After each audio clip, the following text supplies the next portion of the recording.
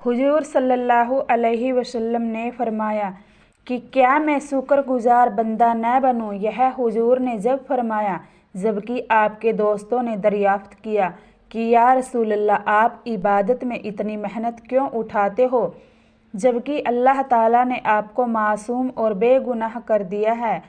हुजूर सरापा नूर सल्लल्लाहु अलैहि वसल्लम रात को बहुत जागते और तहज्जुद की नमाज में कुरान करीम बहुत पढ़ते थे, यहाँ तक कि आपके पाँव मुबारक पर वरम आ जाता था।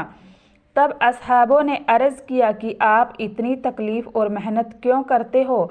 आपने फरमाया कि मेरी यह इबादत गुनाहों के बख्शवाने के लिए नहीं है, मैं तो अपने रब की मेहरबानियों का और नेमतों का शुक्र अदा करता हूँ कि मेरे रब ने मुझ पर बेशुमार मेहरबानियाँ फरमाई हैं और मुझको रसूलों का सरदार और अपना महबूब बनाया है, तो क्या मैं शुक्रगुजार बंदा न बनूं।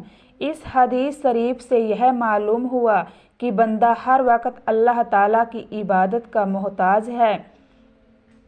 बाज़ जाहिल शाई फ़कीर दीन के दुश्मन कहा करते हैं कि जब आदमी कामिल हो गया और खुदा से मिल गया तो उसको इबादत की क्या ज़रूरत है।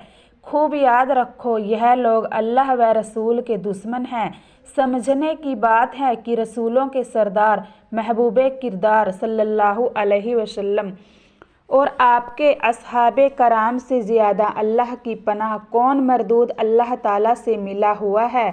अल्लाह ताला तो यूँ फरमाते हैं कि वाबुद रब्बा का हत्ता यातिया कल यकीन, यानी तुम अपने रब की इबादत करते रहो यहाँ तक कि तुमको मौत आ जाए। तू बराए बंदगी है याद रख, फ़र्ज़ तुझ पर बंदगी है याद रख, वरना फिर शर्मिंदगी है याद रख।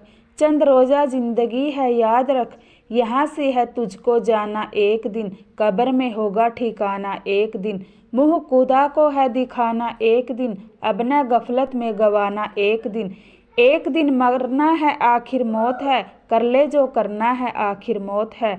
अस्सलामु अलैकुम वरहमतुल्लाहि वबरकातुहू।